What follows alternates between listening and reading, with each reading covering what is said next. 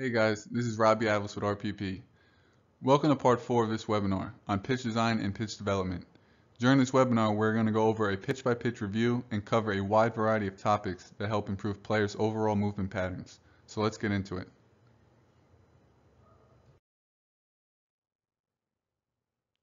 Here's an outline of part 4. We're going to cover a lot of great topics here.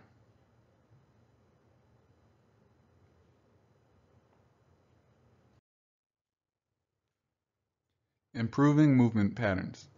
How do we improve patterns? I can tell you this whole concept of pitch design is going to be a big part of the future for pitcher development, and a lot of it is in the spin axis. So let's get going. The first thing we suggest you do is build an initial movement pattern to see what you're dealing with. There's a lot of charting software out there for creating this type of visual for pitchers, so you should definitely grab one. A chart like this definitely helps you visualize things. The colorful dots represent average movement patterns for each type of pitch for the individual pitcher.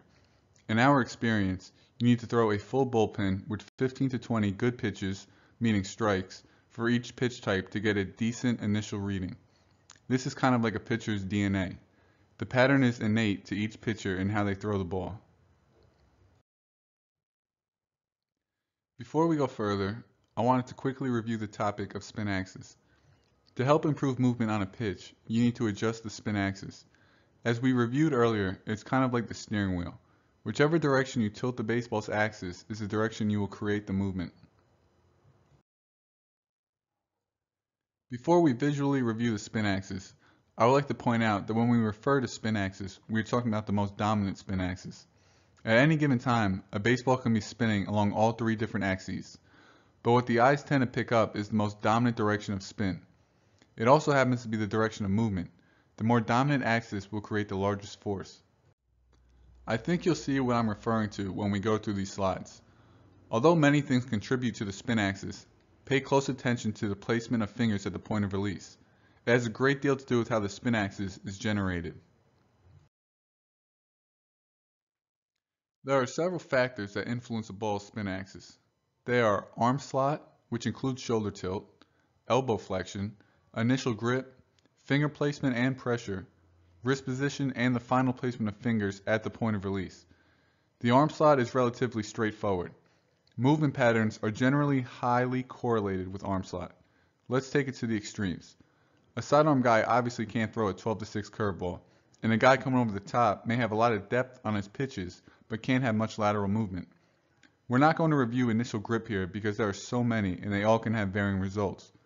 But how the ball comes off the fingertips at the point of release, given the angle of the wrist, can have a significant influence on the spin axis.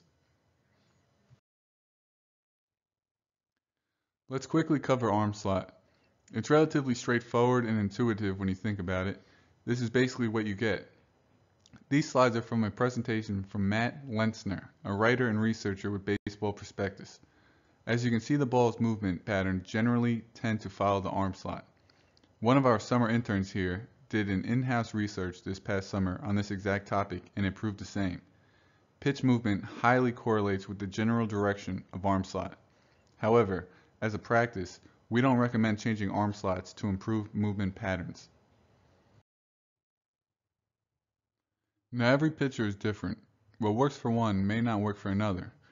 Playing 7 years in the minor leagues, I can't even count how many different grips I've seen on each pitch, especially off-speed pitches. Being comfortable and having the correct movement on the ball will determine your grip. Now let's get into pitch by pitch. Everything starts with the four seam, so we need to get this right. Begin by evaluating the movement. We generally don't recommend making changes to the four seam because the pattern is too ingrained, unless we have to. Having said that, just wanted to also say that we aren't talking about mechanics here. We're only referring to the point of release in the ball's movement. Some four seams have a lot of vertical movement, while others trade that in for more lateral movement, and that's just okay. Spin efficiency, 85% or better. Less than 85% implies excessive cutting. So here's a screenshot in Rapsodo for the four-seamer. Let's notice that the axis is 40 minutes, and the efficiency is 95%, which is great. This axis will be key to know where we want our two-seam and changeup to go. Let's remember that the bottom picture is the strike zone and the top right picture is the movement chart.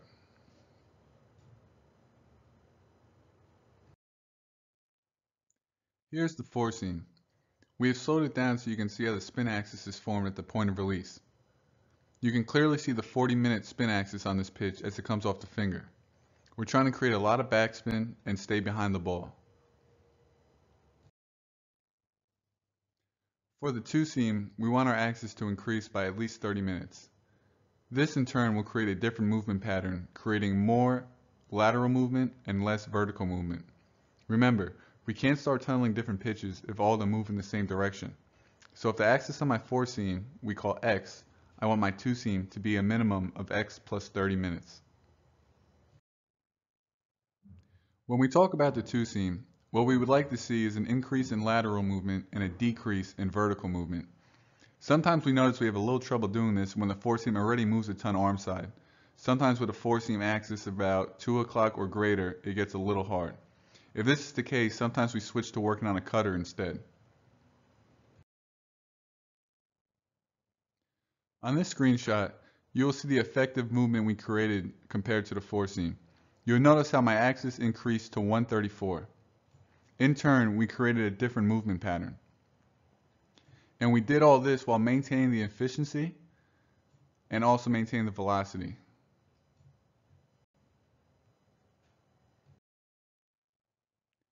As you can see on this slow-mo of my two seam, you can see how I changed the finger pressure slightly to inside the ball.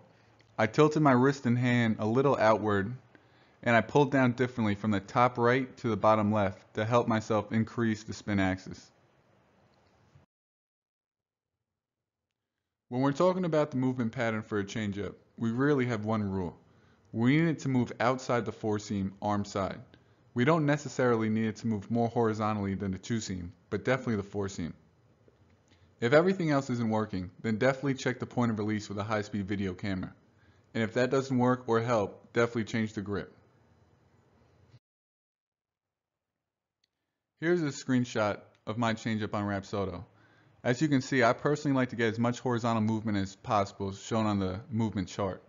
I did this by bringing the axis all the way up to 2 hours and 28 minutes.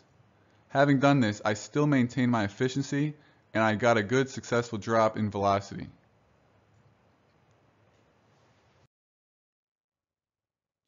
Here's the slow-mo of my changeup.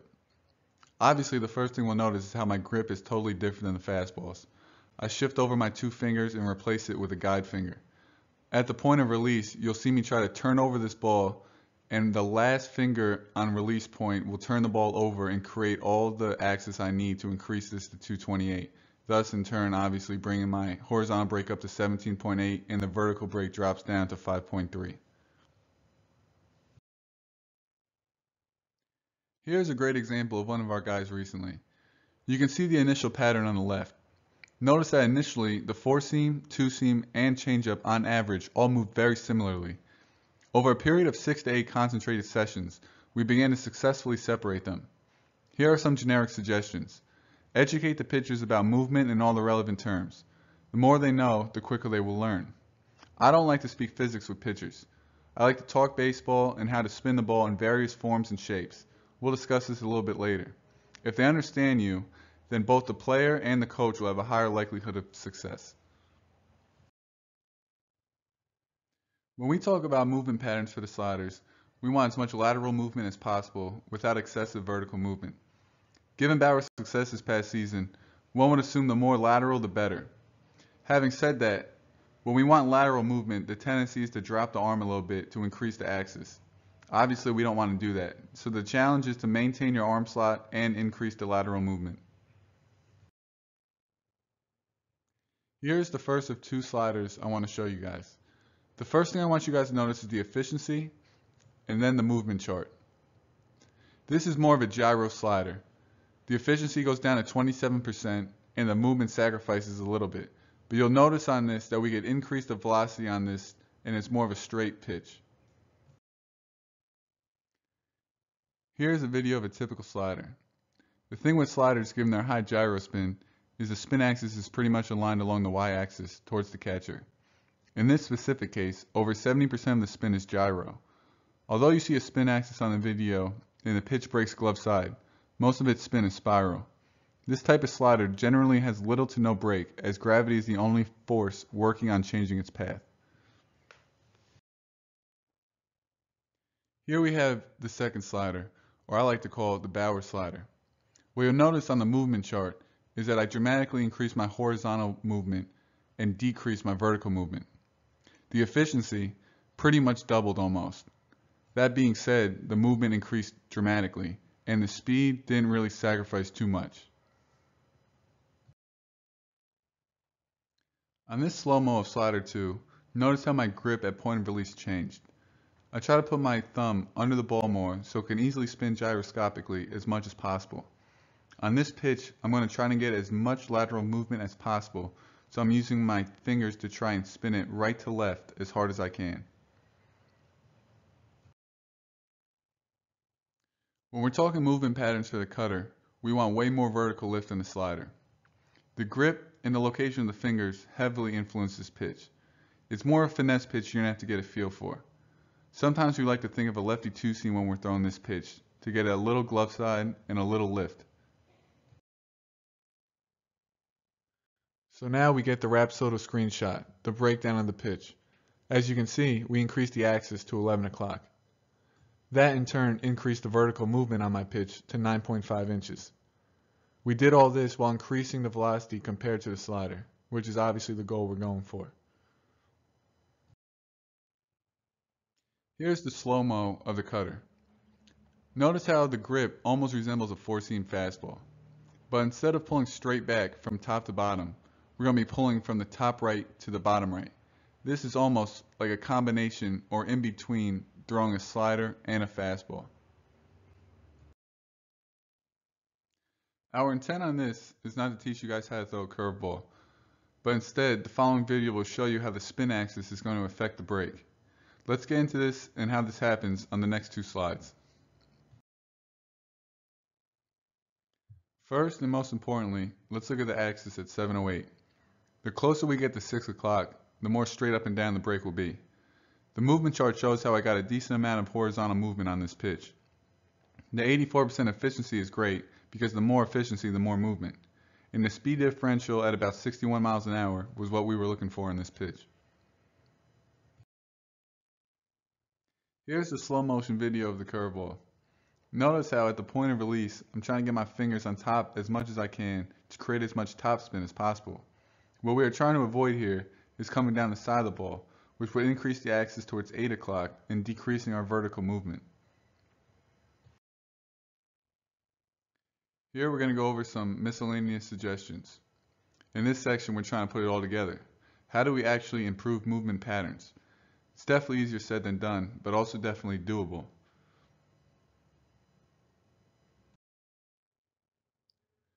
So taking all this in, the most important part is having adequate separation. Without having differentiated movement patterns, we lose our ability to successfully tunnel pitches. And remember, any efficiencies substantially outside the suggested ranges should definitely be addressed. The target for all of our movement by pitch type is definitely in the spin axis. There are many different ways to adjust the spin axis, such as initial grip, finger pressure at the final release, wrist position, elbow flexion, and shoulder tilt.